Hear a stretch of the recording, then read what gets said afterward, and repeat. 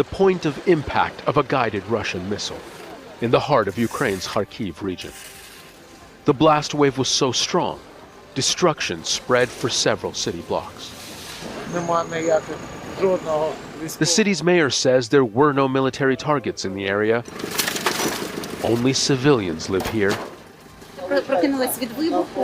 I woke up because of the sound of the explosion. It was very powerful. I told a friend Kharkiv was safe. She could come back. Now I blame myself. This deep impact crater is from an attack that happened just a few hours ago. Multiple missile strikes in the early morning hours at the beginning of the workday.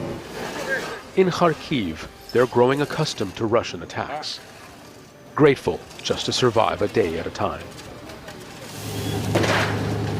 A second blast site and more devastation. For this woman, survival is bittersweet. She was not home when the missile hit, but her brother's lifeless body was pulled from the rubble. Hours later, news her grandmother was also killed.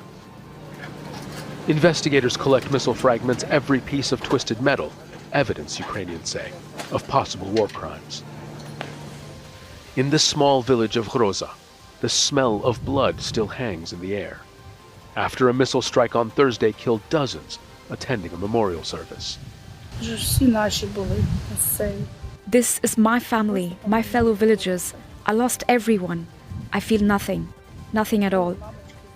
There were mothers with children here. I don't know what the Russians want. I don't know what they wanted to prove.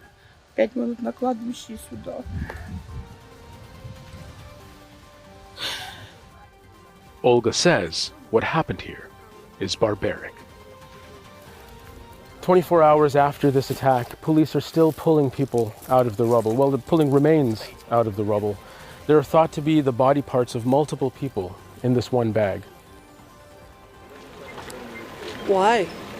This is a remote rural community of 300 people. There are no military installations here.